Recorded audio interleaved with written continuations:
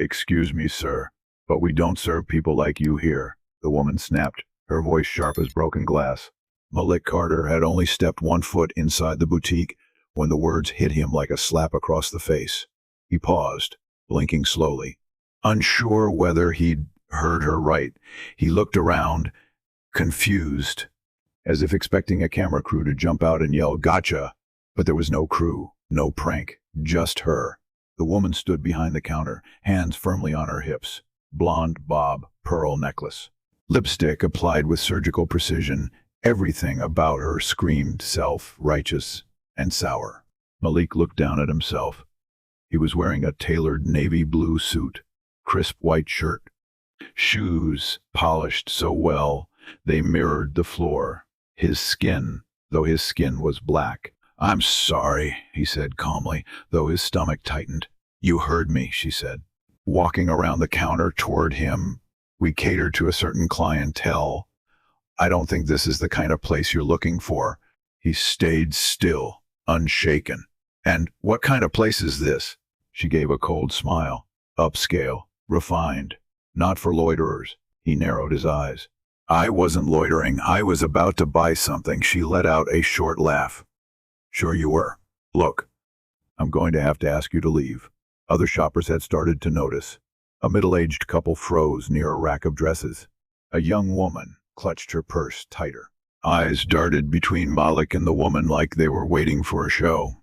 "I see," Malik said, reaching into his inner jacket pocket. She flinched. "Don't you dare!" He slowly pulled out his wallet. From it, a sleek black card with gold lettering, then a key fob, then, finally, a folded deed. He unfolded the paper, held it out to her. "Maybe this will help," he said. She snatched the paper. Her eyes skimmed the header, then widened. She blinked rapidly, reading it again. Her mouth opened, then shut, then again. "Wow, what is this?" "The deed to this building, and this store, and the cafe next door, and the one upstairs. All mine." Her face went white. "My name is Malik Carter. I bought this block last year. We let the tenants keep their names and management teams, but I make all final decisions." He leaned forward, his tone soft but firm. "And as of now, your decision to keep this job is under review. You own this store, yes, but you told me people like me aren't welcome." "Well, people like me write your paycheck," she stammered. I didn't know. I mean, you just walked in. So what if I wasn't the owner? Would it have made this any better? I was just trying to protect the store," she said, voice cracking. "We've had issues with certain people." He stepped back, folding the deed again. "The only issue I see is standing in front of me." The room was silent. Even the soft jazz playing overhead seemed to hush itself. Malik glanced around at the staring customers. Some looked ashamed, others curious, a few clearly uncomfortable. Then he turned his eyes back on her. "What's your name?" "Dana," she whispered. "Dana. You have two options. You can apologize right now, not just to me, but to every customer in this store, or you can leave immediately." She looked like she might cry.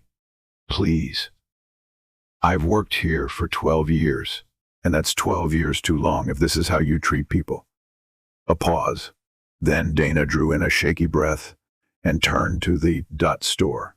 I want to apologize," she said, voice trembling, "to Mr. Carter, and to all of you. I shouldn't have said what I did. I misjudged." Malik raised an eyebrow. "Misjudged? I was wrong." She corrected herself quickly. "I made assumptions, and I'm sorry." He nodded once. A little boy near the shoe section tugged on his mother's sleeve. "Mom, he is superhero." The mother smiled awkwardly, whispering something in his ear. Malik chuckled to himself. Outside, the sun was shining, and the air smelled like coffee and asphalt. He walked across the street to the cafe he also owned, greeted the barista by name, and ordered a black Americano. "Rough morning?" she asked. He smiled. "Just another reminder why I do what I do." And he meant it. Malik hadn't always had this power. 10 years ago, he was cleaning floors in buildings like the one he just walked out of.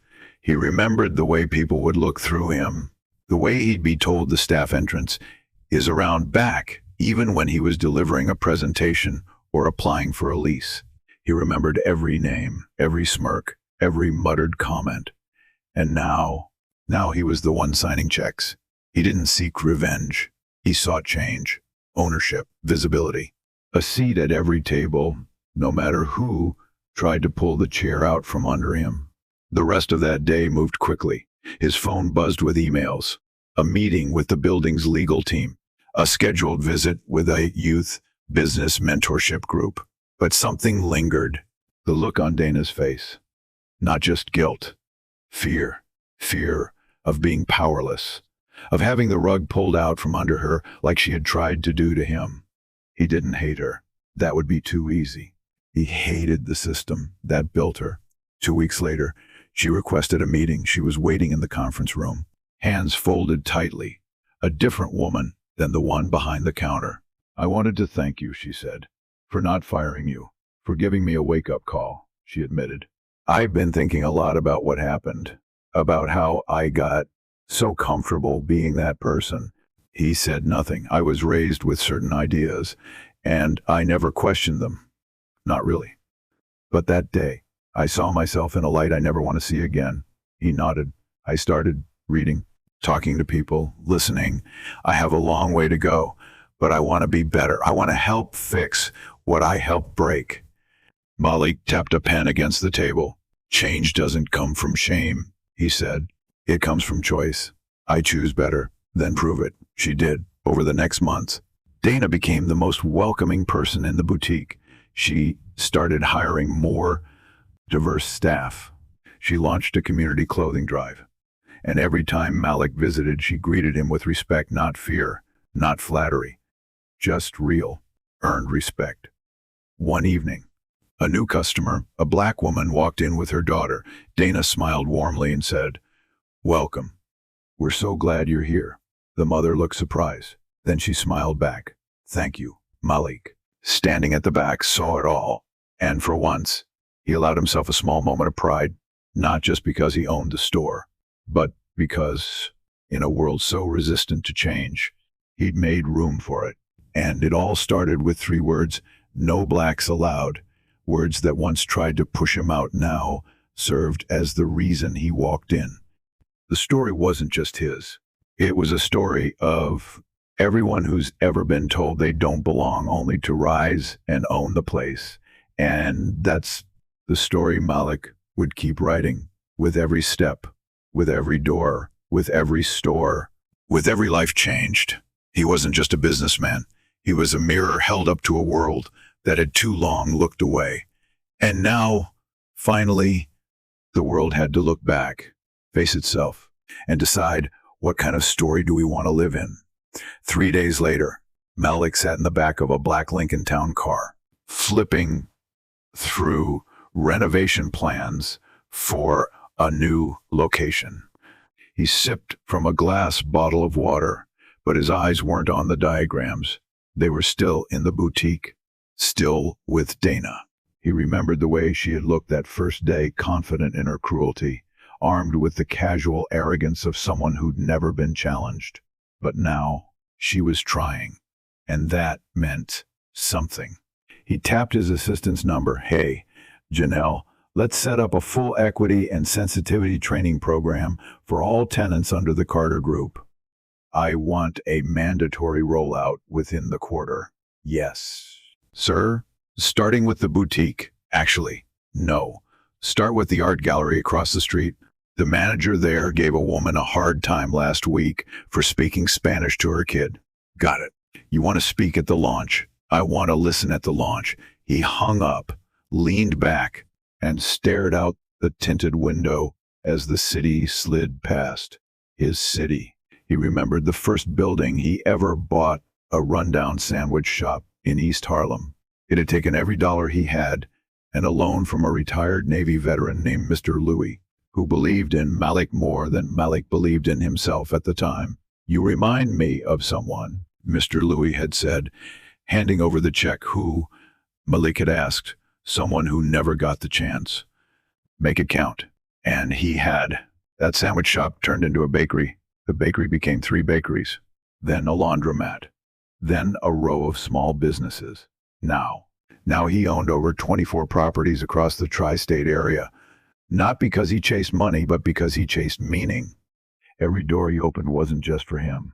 It was for the kid who got followed in stores, for the woman who got told to calm down in meetings, for every black boy with a big idea and no place to launch it. And that's why Dana's words had hit him so hard. He'd heard worse, much worse. But it wasn't the hate that hurt. It was how casual it had been, like muscle memory, like she didn't even need to think twice. That's what made racism so exhausting. It didn't shout, it whispered. It smiled. It said, "Have a nice day," with a knife behind its back. Later that evening, Malik met with a small business mentorship group in Brooklyn. He stood in front of 12 young entrepreneurs, mostly black, a few Latino, one Southeast Asian teen who barely spoke but took the most notes. "Tell me your biggest fear," Malik asked them, arms folded. One girl, with her hair in a thick, proud afro, raised her hand. "That I'll be invisible. That I'll open my shop, and no one will come. Or worse, they'll walk in, see me, and walk right back out." Malik nodded. "Anyone else?" A tall boy in a hoodie said quietly, "That I'll do everything right, but still not be enough. That they'll always find a reason to say no." Malik took a slow breath. "They will." The room went still. "They will say no. They will walk out. They will cross the street when they see you coming. They will smile to your face and vote against your future." He stepped forward. "But they don't get the final word. A beat. You do, another beat. And the way you claim it is by showing up every single day, owning your brilliance, knowing you belong. And when the doors don't open, buy the damn building." Laughter broke the tension. A few clapped. Malik's eyes found the boy in the hoodie again. "What's your business idea?" Try me." "It's a sneaker cleaning service. Mobile comes to you, like Uber but for kicks." Malik grinned. "Not stupid. That's niche genius. You know how many sneakerheads are in this city." "Yeah, but who's going to take me seriously? I just did." "Now pitch me like I'm an investor." The boy straightened up. "Okay, my company's called Soul Savior. We specialize in at-home sneaker care for collectors, athletes, and hypebeasts. Fast service, eco-friendly products, and a rewards program for frequent users." Malik raised his eyebrows. "Now that's a pitch." He looked around the room. "All of you remember this moment. That self-doubt. That fear. It's noise. Let your work be louder." After the session, as Malik walked out to his car, the boy in the hoodie ran after him. "Mr. Carter, yeah, my name's Tyler, and thanks for not laughing." Malik smiled. "They laughed at me too. Said I'd never be more than a delivery boy." "Were you?" "Yup. And now I deliver ownership." Tyler nodded slowly. "Can I intern for you?" Malik extended a card. "Come to my office Monday. Be on time. Bring that pitch." Tyler stared at the card like it was made of gold. "I will, I swear." Malik turned to his driver. "Let's swing by the boutique again." When he arrived, it was closing time. Dana was locking up. She looked up, startled, then quickly smiled. "Mr. Carter, evening. You here for a report?" "No, just checking in." She hesitated. "I've been working on a customer code of conduct draft, inclusive language, training protocols.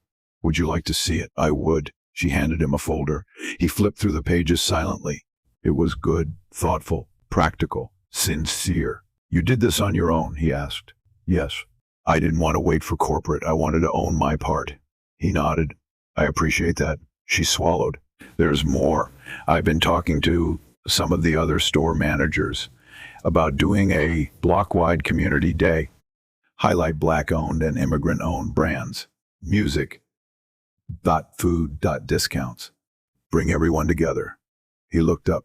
"Now that's how you rebuild trust." Dana looked relieved. "Thank you for not writing me off." Malik shrugged. "I've been written off too many times. I know what it feels like." She paused. "Do you ever stop pushing?" Malik's smile faded slightly. Not until every kid who looks like me doesn't have to push this hard. As he left, he walked past a group of teens filming TikToks in front of the window. One of them pointed, "Yo, that's him. That's the guy. The guy who owns this block." "Yeah, the black dude." They ran over. "Can we get a photo?" Malik chuckled, posed with them, then watched them run off, laughing. He thought about what it meant to be seen, really seen, not feared, not fetishized, not ignored, just recognized. And that's when he knew this wasn't about Dana or even about the store. It was about legacy, about changing what the next generation expected, about making it normal to see a black man in a suit and not assume he was lost, to see a black customer and not clutch your purse, to see a black owner and not be surprised. Malik turned the corner and disappeared into the city's heartbeat. The night was just beginning. The next morning, Malik woke to the soft buzz of his phone, dozens of unread messages. A few media outlets had picked up the boutique incident. Someone must have filmed it. The headline on one of them read, "Black man told to leave store. Turns out he's the owner." Another read, "Malik Carter shuts down racism with deed to the building." He sighed. That wasn't the point. He hadn't done it for the headlines. He did it because he was tired. Tired of walking into rooms where people measured him before they heard him speak. He got out of bed, pulled open the curtains. The city looked gold under the sunrise, alive, restless, his kind of place. By the time he arrived at the Carter Group headquarters, a sleek, glass-paneled building in the financial district, his assistant Janelle was already waiting with a tablet in hand. "There's a request for an interview from the Times, one from Forbes, and one from a podcast called Power and Perspective that just focuses on black entrepreneurs. You want me to line them up?" Malik waved her off. "Later. Anything more urgent?" She hesitated. "Dana sent you flowers." He blinked. "What?" "With a note." She handed him a small envelope. He opened it. "Thank you for seeing past my ignorance. I won't waste this second chance." Was one confrontation enough? What about the other Danas, the silent ones, the ones who didn't say the words but acted them out daily? That evening, he met with his board. "We need a new initiative," he said. "Something big, something real." One of the older board members, a man named Clark, tilted his head. "Define real. Policy taught accountability. A code of conduct for every business under the Carter Group. Racial equity training, financial literacy workshops, and a mandate: each store must host at least one minority-owned pop-up every quarter." A younger woman at the table, Leah, nodded. "It's bold, but doable." Clark frowned. "You'll face pushback. Investors might call it too political." Malik leaned forward. "Equality isn't politics. It's people." The vote was unanimous. Later that week, Malik paid a quiet visit to the local youth shelter he had funded years ago. The building was modest, but full of energy. Laughter echoed down the halls. In one room, kids were painting murals. In another, they were learning coding. He sat down with the director, Miss Angela Bennett, a storm of a woman, gray braids, thick glasses, voice like thunder when she got passionate.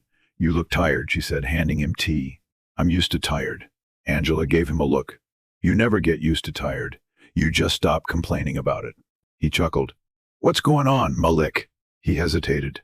"I just keep thinking about all the kids walking into stores like mine. Being looked at like suspects before they say a word, like I was." Angela nodded. "It's been happening long before you, and it'll keep happening, unless men like you keep shaking the tree. I just wonder if I'm doing enough." "You're doing more than enough. But it's not about doing everything, it's about doing your part. The rest comes from the people you inspire." He glanced at the mural the kids were painting, a black girl flying with wings made of books and dollar bills. "She yours?" Angela smiled. "That's Jada. Wants to be an astronaut." Malik made a note.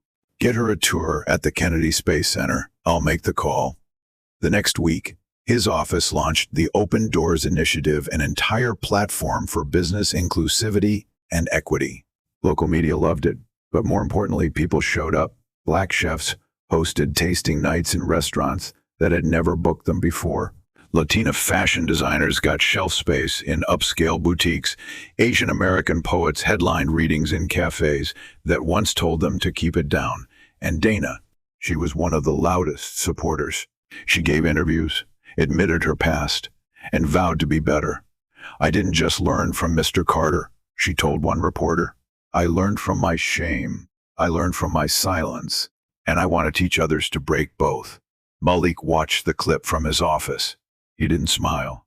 He simply nodded, then turned it off, because it was working. One day, during a routine inspection of the boutique, Malik noticed a young man restocking the shelves. "New hire?" he asked. Dana looked up. "That's Darnell. He's in a re-entry program. Just got out. No one would take a chance on him." "But I remembered what you said." Malik walked over. "How you liking the job?" Darnell shrugged. "I never folded shirts before, but it's chill." "Good. Keep it up." The kid smiled. "You own this place."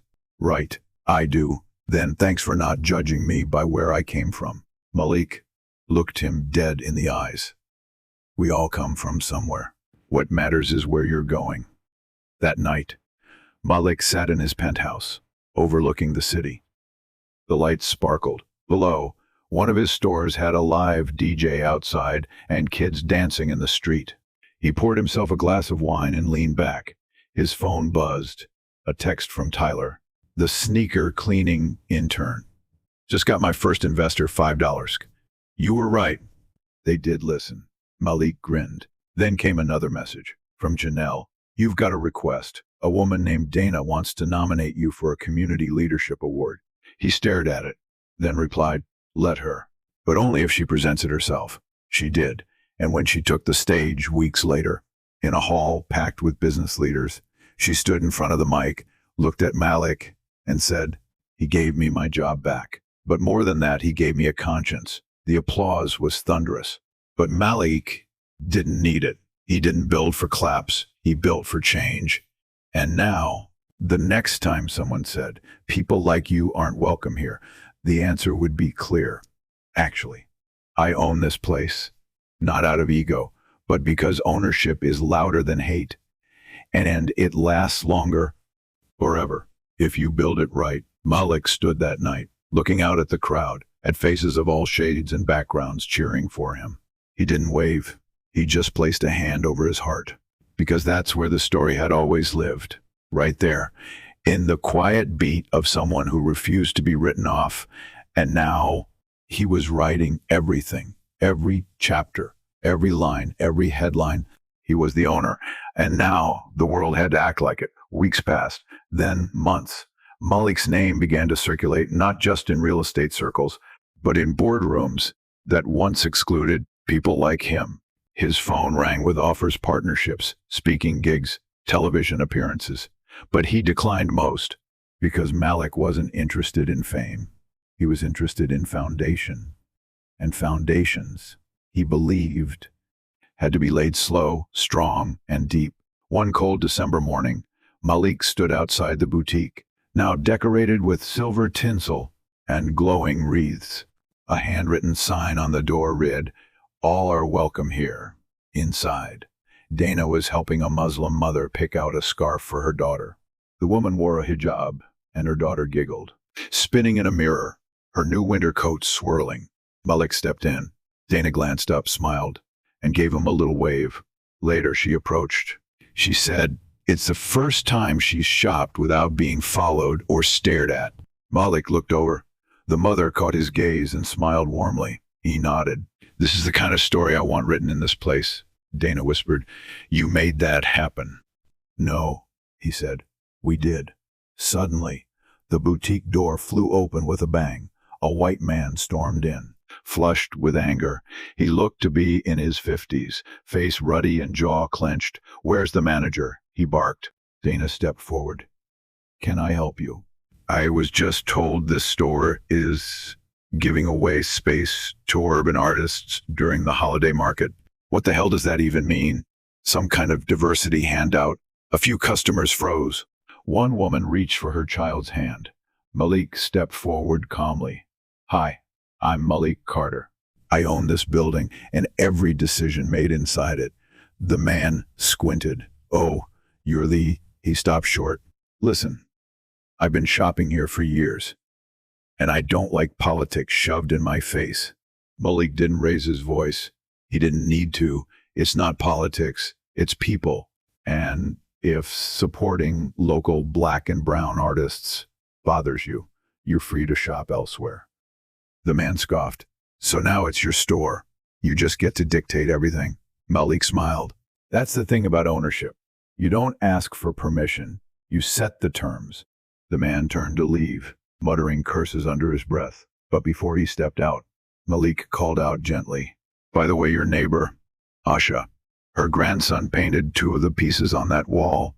Maybe you should look closer before you walk out." The man paused, then walked out. Silence hung for a moment. Then one woman clapped, then another. Soon, the store echoed with applause, not because of a confrontation, but because of what it symbolized. That the place had changed. That it wasn't just another boutique. It was now a safe space. Malik didn't linger. He turned, nodded to Dana, and stepped back into the cold air. That evening, he visited his childhood neighborhood. The old buildings still stood, some renovated, some crumbling. He passed the corner where he used to sell candy to help his mom with bills. He stopped in front of the shuttered bodega that once kicked him out for hanging around too long. A faded sign hung over the boarded windows. He pulled out his phone. "Janelle, by 222 Court Street. Make sure it goes under the Carter Foundation. I want it turned into a youth business incubator by summer. On it, ownership." Again. But this time, he wasn't buying for himself. He was buying for the kids who would walk into that building and see something new, something better.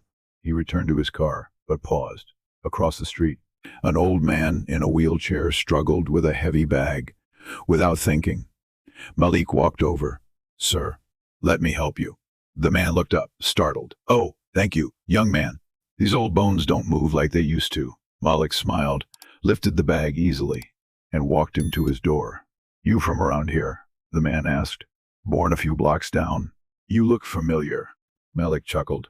"I get that a lot." "Well, whoever you are, thank you." As Malik walked away, he felt something he hadn't felt in a long time.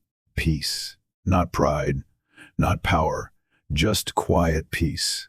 He had come full circle, and now, the same streets that once pushed him away were lined with his fingerprints. A week later, he was asked to speak at a citywide youth summit. When he stepped onto the stage, hundreds of students looked up at him, black, brown, white, all eyes wide, waiting. He looked at them and began. They said I didn't belong, that I wasn't welcome, that there was no place for someone like me.